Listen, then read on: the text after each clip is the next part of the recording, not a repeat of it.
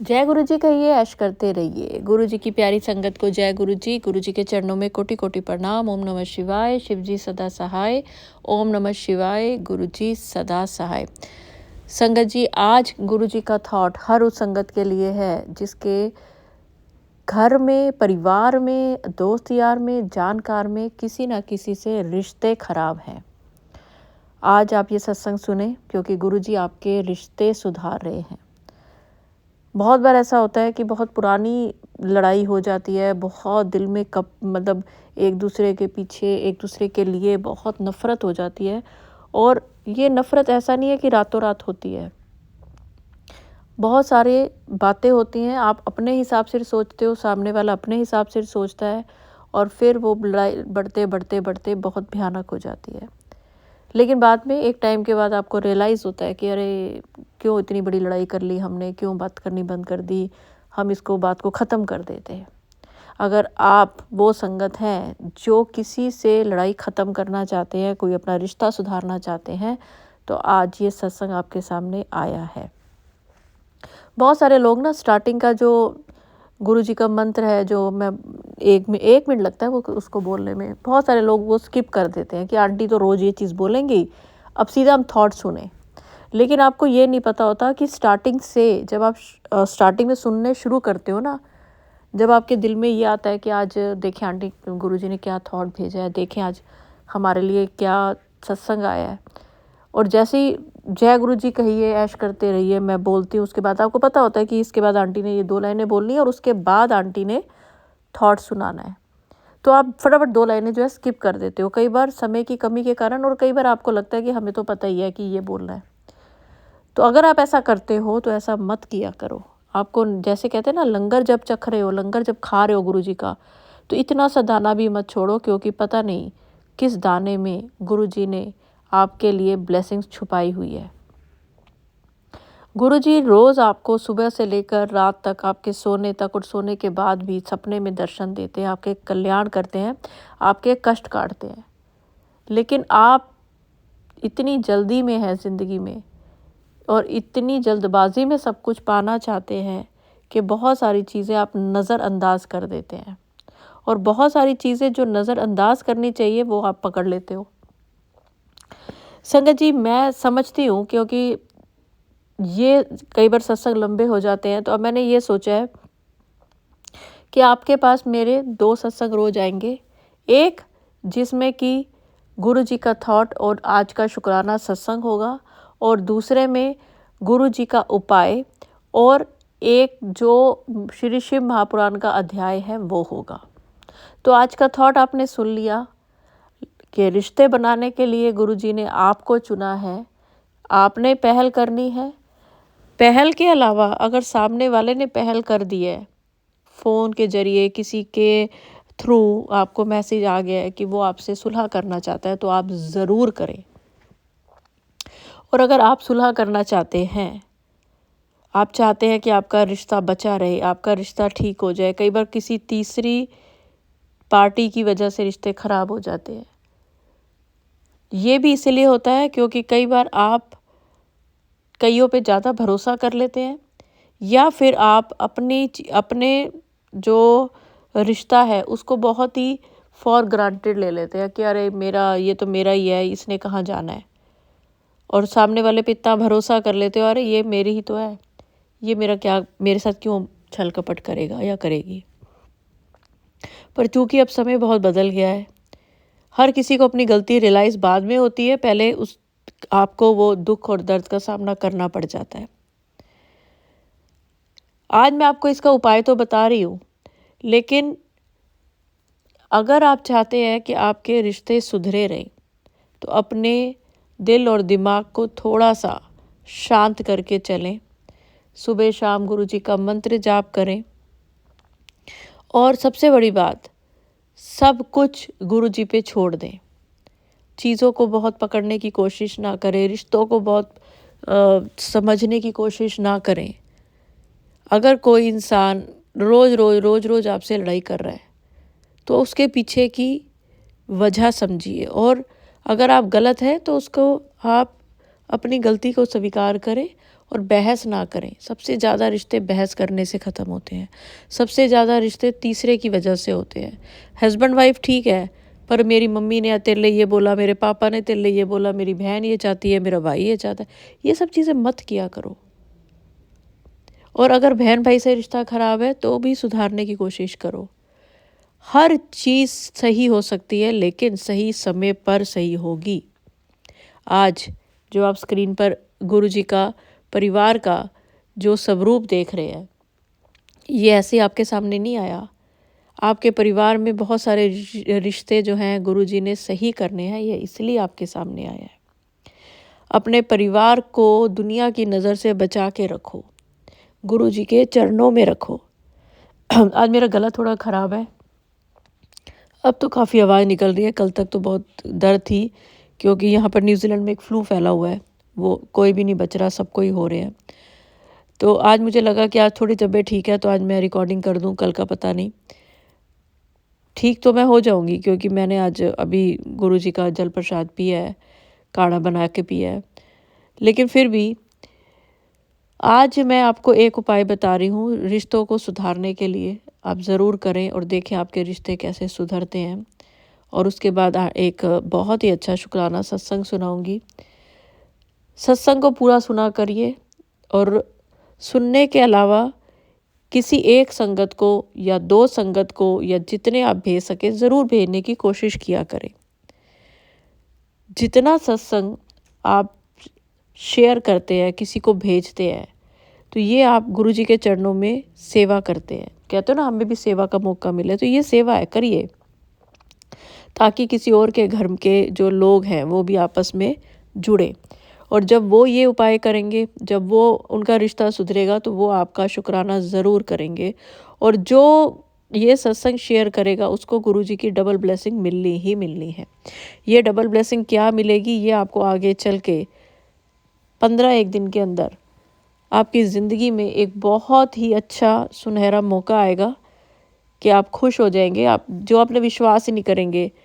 हो सकता है कि आप कहीं घूमने जाएं, हो सकता है कि कोई आपको मिलने आए, हो सकता है कि आप अपनी पसंद की कोई ड्रेस खरीदें, हो सकता है कि कोई आपको बहुत फ़ोन करके बहुत प्यार भरी बात करे, कोई आपको बहुत एक तरह से स्पेशल फील कराए। वो आपके बच्चे भी हो सकते हैं, वो आपके पेरेंट्स भी हो सकते हैं, वो आपका जीवन साथी भी हो सकता है। तो चलिए संगत जी, एक पहले मैं आपको शुक्राना सत्संग सुनाती हूँ। और अगर आपकी ज़िंदगी में भी गुरुजी ने कोई कल्याण किया है तो स्क्रीन पर चल रहे नंबर पर आप मुझे ज़रूर भेजें, मैं वो बाकी संगत के साथ ज़रूर शेयर करूँगी। तो चलिए पहले सुनते हैं आज का शुक्राना सत्संग और उपाय। लेकिन ये इस उपाय के अलावा एक उपाय और श्री शिव महापुराण का पाठ अगले सत्संग में। जय गुरु जी, दीपा आंटी जी, जय गुरु जी सभी संगत परिवार को। ये आपके चैनल पर मेरा दूसरा सत्संग है। इससे पहले भी मैंने एक सत्संग शेयर किया था, वो अभी तक शेयर नहीं हुआ है। शायद अभी गुरु जी की मर्जी नहीं है, और जब होगी वो तब हो जाएगा। दीपा आंटी, मैं अपना सत्संग शुरू करने से पहले गुरु मंत्र जाप करना चाहूँगी। ओम नमः शिवाय, शिव जी सदा सहाय। ओम नमः शिवाय, गुरु जी सदा सहाय। जय गुरु जी। दीपा आंटी, आप तो मेरे लिए ना एक फरिश्ता बनकर आए हो। सच बताऊं, आपके मुख से निकले हुए हर शब्द ऐसे लगते हैं जैसे गुरुजी बोल रहे हैं। आपने अब तक जो भी उपाय बताए मैं सब करती हूँ, जितना मुझसे हो पाता है मैं करती हूँ। कई बार मैं सत्संग सुनते सुनते ही उपाय कर लेती हूँ कि कहीं मैं भूल ना जाऊँ, तो मैं वहीं स्टॉप करके ना वो उपाय करती हूँ। तो मैं जो उपाय करती हूँ ना आपके बताए हुए, वो सच में वो काम कर रहे हैं। सच में मतलब ऐसे लगता है जैसे आपने नहीं, वो गुरु जी ने ही हमसे स्वयं कराया है। अभी मैं जैसे आज 29 जुलाई है, कल 28 जुलाई को मैंने आपका एक सत्संग सुना। एक्चुअली जब मैं सुबह उठती हूँ ना, तो मैं सुबह उठ के जैसे जय गुरु जी बोलती हूँ, और मैं अपना मोबाइल लेकर मैं गुरु जी को कहती हूँ कि आज का मेरे लिए क्या मैसेज है आपका। तो मैं आपके ही सत्संग ज़्यादा सुनती हूँ और मुझे सही बताऊँ, मुझे आपका सत्संग सुन के ना एक पॉजिटिविटी आती है, एक शांति मिलती है। ऐसा नहीं कि और चैनल के जो मैसेजेस हैं वो फ्लैश नहीं होते हैं, वो भी आते हैं, लेकिन पता नहीं क्यों वहाँ जैसे जब मैं सुनती हूँ तो वहाँ शायद मेरा ध्यान नहीं बन पाता या क्या वजह है। लेकिन जब मैं आपका सत्संग सुनती हूँ ना तो पूरे मन से, लगन से हर एक वर्ड को मैं ध्यान से सुनती हूँ दीपा आंटी। तो क्या हुआ, जैसे आज 29 जुलाई है, कल 28 जुलाई को मैंने आपका एक सत्संग सुना। उसमें आपने एक उपाय बताया था कि आपको थोड़ा सा जल लेना है और वो जल लेने के बाद आपको 11 बार जय गुरु जी बोलना है और फिर आपको पूरे घर में उसे छिड़कना है और अपने घर की सुख समृद्धि, बच्चों का अच्छा स्वास्थ्य, जो भी आपके मन में है आपने वो गुरु जी को बोलना है। और मैंने लिटरली जब आपका सत्संग सुन रही थी तो सत्संग सुनते सुनते ही मैंने उसको स्टॉप लगाकर सबसे पहले ये उपाय किया, क्योंकि मॉर्निंग में सब सोए हुए थे तो मुझे था कि यही सही वक्त है, मैं आराम से ये उपाय कर लूँगी। तो आपने उसमें ये भी बोला था कि ये उपाय करने के 11 दिन बाद देखना आपके साथ कुछ चमत्कार होगा। और मैं आपको बताती हूँ वो चमत्कार क्या हुआ। एक्चुअली कल 28 जुलाई को आपका सत्संग सुना ना, उससे 3 दिन पहले की बात है। मेरा मेरे पति के साथ झगड़ा हो गया था। झगड़ा भी बिल्कुल छोटी सी बात पर। एक्चुअली मैंने, अब वाइफ जैसे घर के छोटे मोटे काम होंगे वो अपने हस्बैंड को तो बोलेगी ना। तो मेरे एक्चुअली ससुर की भी डेथ अभी हुई थी 28 जून को। तो सुबह जैसे मैं वर्किंग हूँ, टीचर हूँ, तो मैं स्कूल जाती हूँ, तो मैं सुबह सुबह जैसे पहली रोटी गाय की बनाई, फिर मैं अपना नाश्ता बनाया, बच्चों का बनाया, पैक किया। तो मैं ना डेली गाय की रोटी बनाकर रख जाती थी। और क्योंकि मैं, मेरी स्कूल बस आती थी तो मैं नहीं खिला पाती थी, तो मैं इनको बोलती थी अपने हस्बैंड अंकल को कि आप खिला देना। तो ऐसा करते करते 2 दिन हो गए, 3 दिन ये रोटी नहीं खिलाते थे, तो उसमें कीड़ी लग जाती थी। तो मैंने इनको फ़ोन करके बोला, मैंने कहा कि ऐसे ऐसे अपने हस्बैंड अंकल को कि आप गाय की रोटी मैं बना जाती हूँ और आपके, कि ऐसे ऐसे अपने हस्बैंड अंकल को कि आप गाय की रोटी मैं बना जाती हूँ और आप खिलाते नहीं हो, उसमें कीड़ी लग गई है। और 2-4 काम और थे जो मैंने बोला कि आपने ये काम भी नहीं किए। तो मैं थोड़ा सा हो गई थी हाइपर। मैंने बोला कि सारे काम की जिम्मेदारी क्या मेरी है?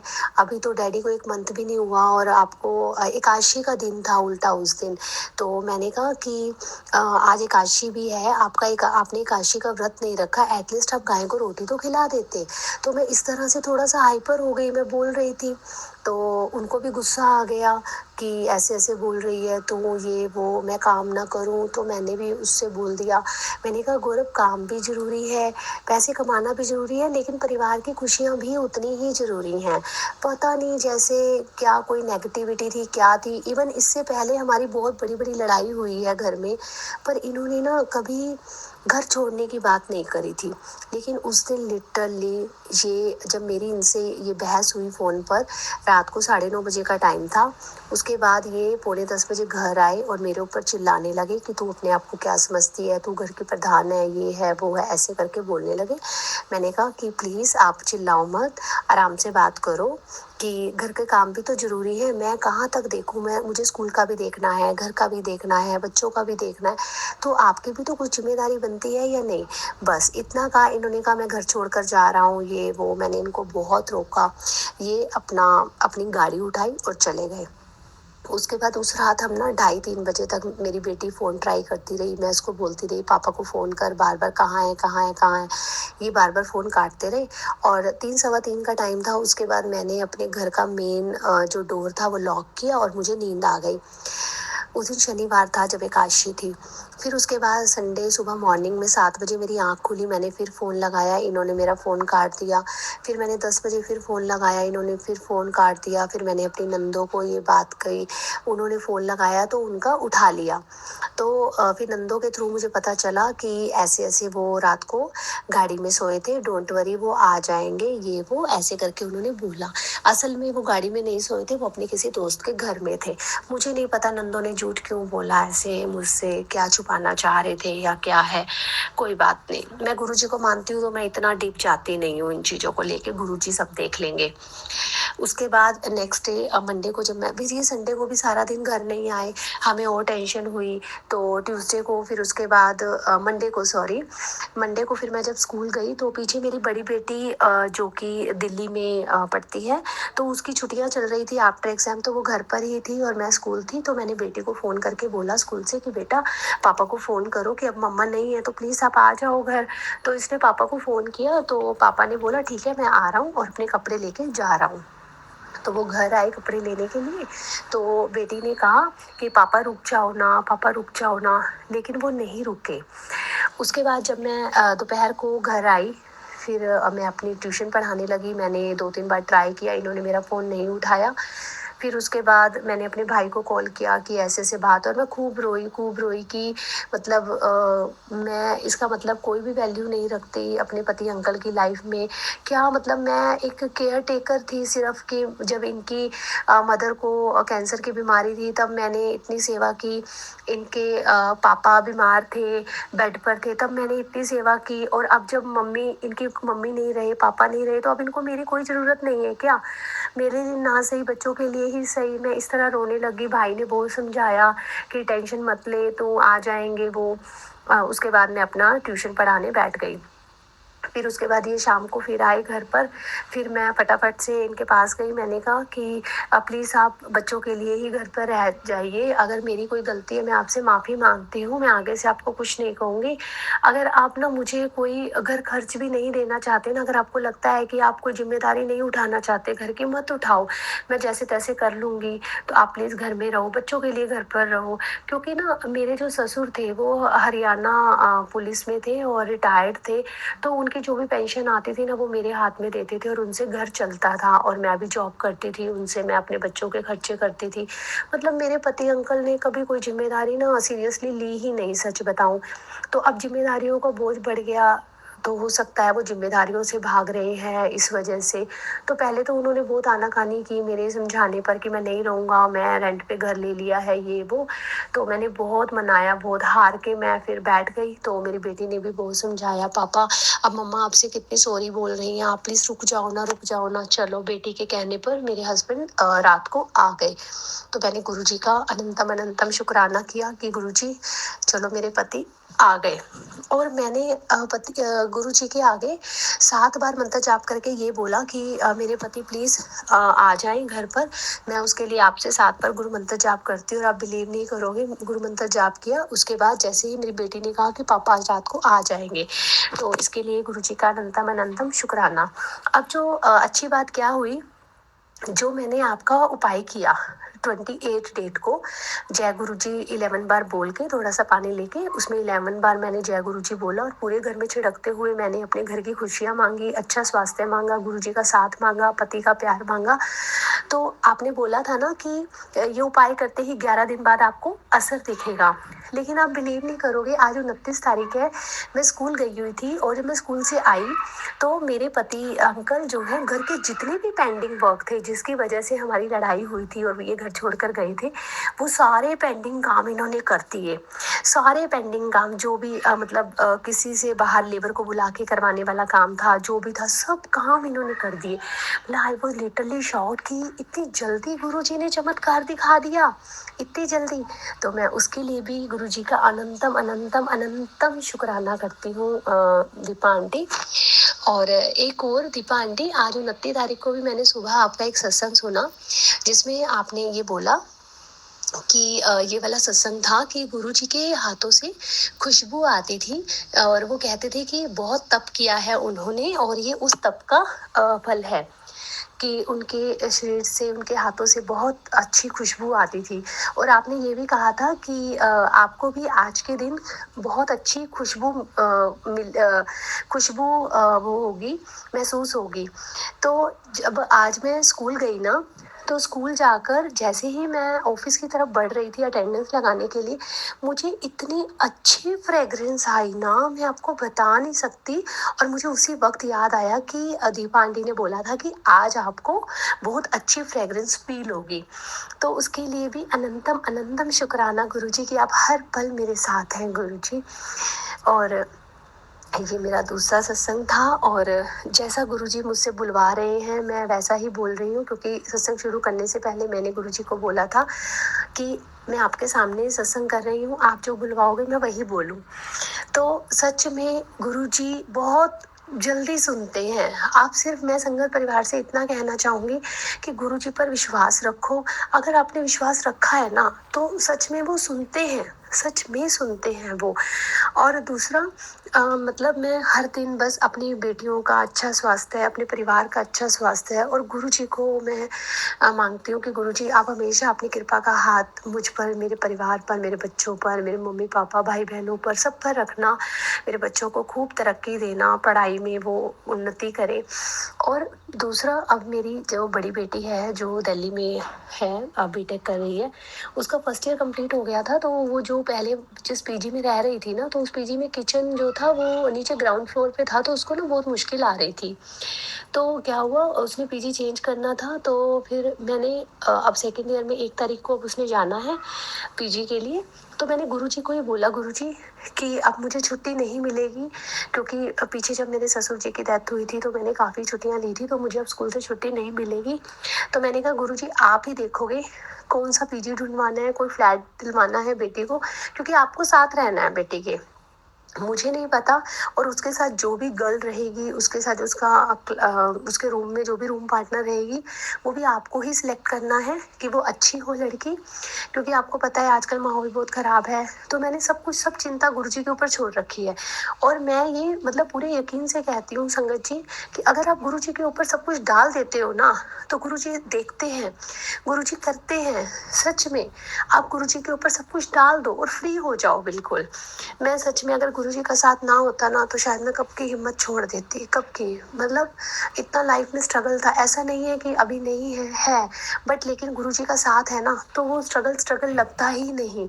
उसमें से गुरुजी कब उन मुश्किलों से बाहर हमें निकाल देते हैं ना, हमें पता ही नहीं चलता।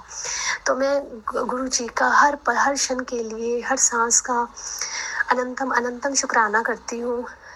और दीपा आंटी जी, सच में आपका तो दिल से धन्यवाद कि आप हमारी लाइफ में एक फरिश्ता बनकर आई हो।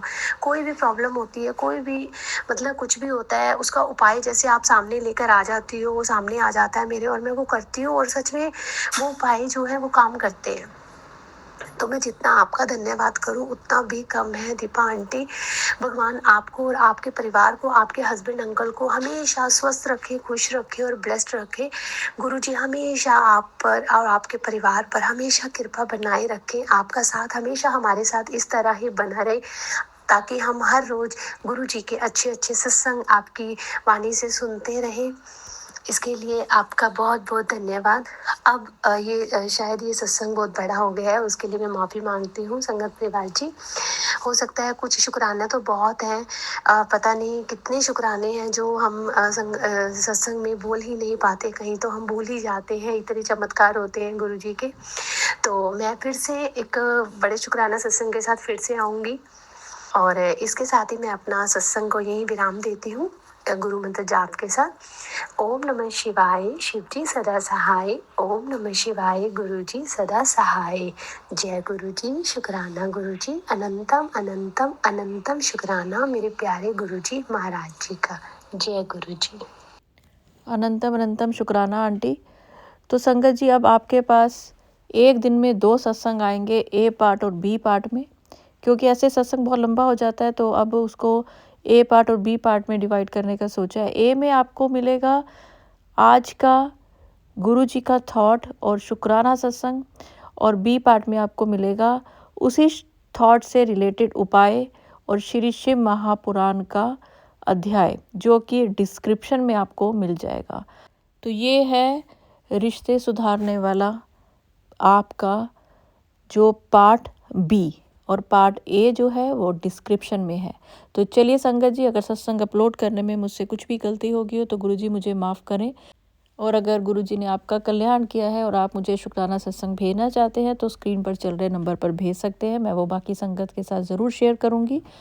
तो चलिए संगत जी, अब इस सत्संग को आगे बढ़ाते हैं और गुरु जी का मंत्र जाप करते हैं। ओम नमः शिवाय, शिव जी सदा सहाय। ओम नमः शिवाय, गुरु जी सदा सहाय। जय गुरु जी। शुक्राना गुरु जी, अनंतम अनंतम शुक्राना। जय गुरु जी।